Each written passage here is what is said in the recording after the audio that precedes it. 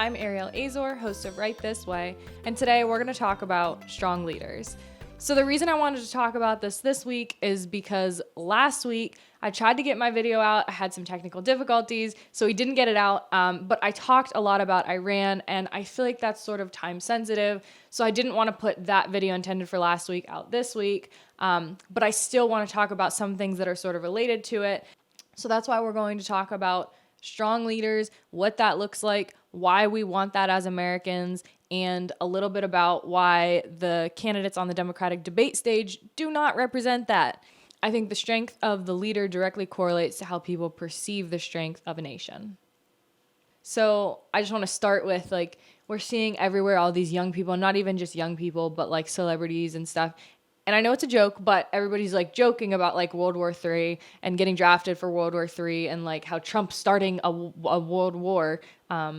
And again, I know it's a joke mostly, but it's not entirely. Some people genuinely think, no, some people are genuinely scared of Donald Trump starting a war. I think it's really silly. And like I said, I know most people are joking. But for the people that aren't, Rose McGowan actually tweeted an apology to Iran. Just no one more specific than that, just directly. So I'm just going to read that for you in case you missed that. Dear Iran, the USA has disrespected your country, your flag, and your people. 52% of us humbly apologize. We want peace with your nation. We are being held hostage by a terrorist regime. We do not know how to escape. Please do not kill us. Hashtag Soleimani. And then there's a GIF there of, I think it's Iran's flag, but there's emojis on it. I'll be honest, I don't know what their flag looks like. I'm pretty sure if I had to guess, there's no emojis on it. So I don't know exactly what that is there, but that is what she tweeted. It's things like this that have people genuinely confused. I mean, she tweeted that as if she really honestly is that terrified. Please do not kill us. Why did you think that was a good idea? The sincerity of it, it's not a joke. That's the thing that's so weird about this is she's not really joking. She sounded very sincere, and she was pleading with them not to kill us. So I think this is what's confused a lot of people that really kind of do think we're starting a war. That's what I'm saying there is she's not joking. And I know a lot of people are, but she's dead serious. And it's kind of funny. It's also super annoying. I don't know what planet she's living on that she thinks she lives under a terrorist regime that she doesn't know how to get away from. I don't know why she would say that. Well, I do. It's because Rose McGowan is a celebrity and she doesn't live in the real world like the rest of us. If we were really going to war with Iran, they would have tried a little bit harder with their retaliation. I assume most people heard about this, but if not, what happened was they sent missiles to one of our bases in in Iraq, and they sent these missiles from the 70s.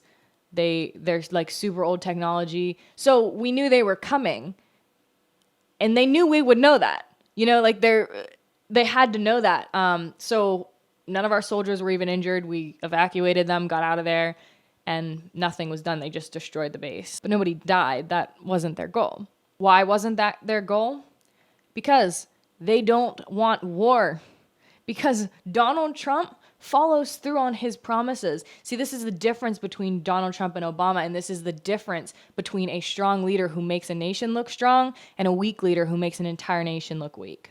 That's what Donald Trump is doing. He's following through on his promises. He's protecting the American people. They don't want to go to war with us.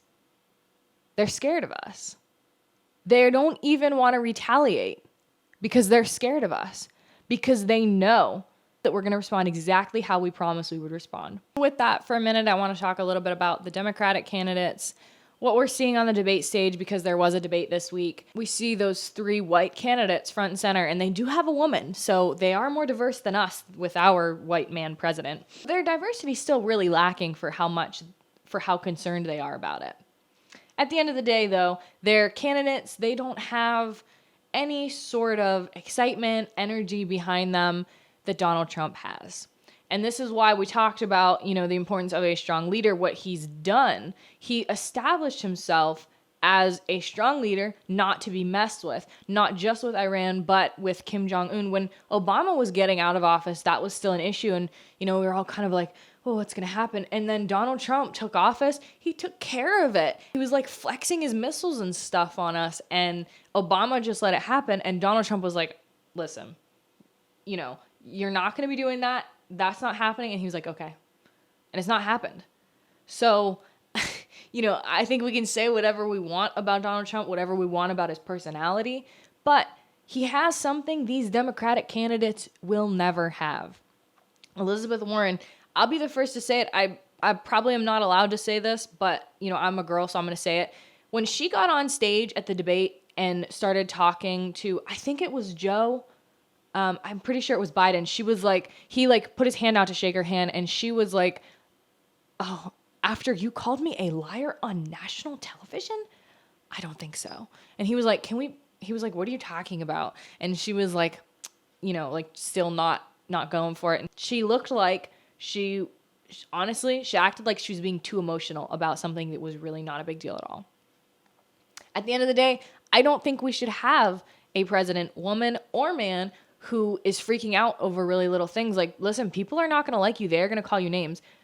I'd like to know how many names she has called the president of the United States and other people, because I bet any money we could find her with a video of her calling somebody else a liar or something like that. You know what I mean? And like, she's like, I'm not going to shake hands with you after that. Like, this is a competition. You guys are not friends, and you're not on the same side. Not really. But she's acting like this is such a big deal. It's so silly. You are on the debate stage. You should show good sportsmanship. You should just shake his hand. But she doesn't. I think this is really, and I think a lot of people are going to like, what do you mean that's really not that big a deal? I think it is a big deal. I think it is a really big deal because, as much as I'm sure people don't want me to say this, that's sort of an emotional, more female response to something like that. She's like hurt over him calling her a name. And you just don't do that when you're the president of the United States. You just don't. You're not hurt over somebody calling you a name. That's silly. People are half the country's not gonna like you. If she won, half the country would not like her and would call her names. How would she handle that? And then there's Bernie, who is decently healthy looking, but he really lacks any sort of energy. And I don't think he looks like a strong leader because he's kind of always whining. That's kind of what socialism is about. He's saying like, we're going to take the money from the rich, which, by the way, he is the senator of Vermont and he's worth like $2 million. So he gets up on stage, and every time he gets on stage, he basically says, we're going to take the money from the rich and give it to the poor. You are the rich, Bernie. You are. So, explain that to me. If you have been senator, shouldn't your money be dispersed to the people of Vermont? Clearly it hasn't been. So I think that's a big issue there that I think people kind of do notice subconsciously. He doesn't, I think of the candidates that are still there, he does have the most presence on stage. I do think he does, of those three that are still there.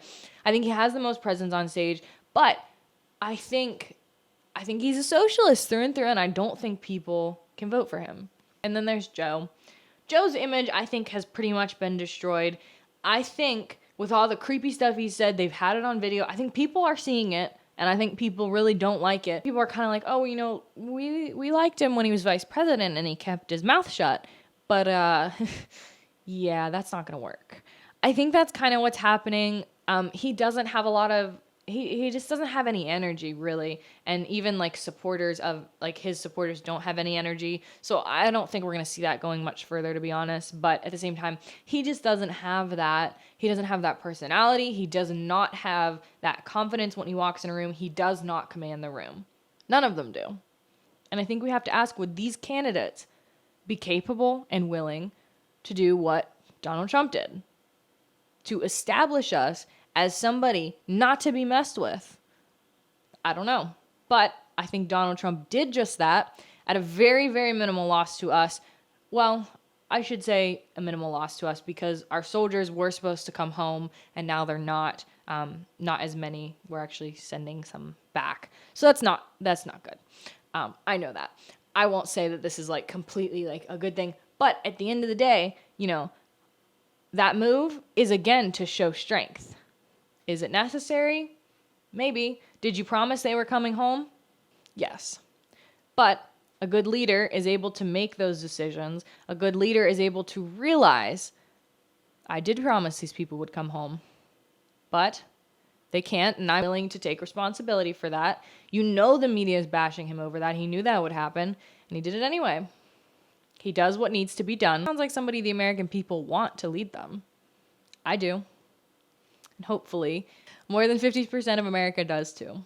If you enjoyed this episode, you can leave me a thumbs up on YouTube. You can give me a review on Apple Podcasts, and you can also check out my Instagram at right.this.way.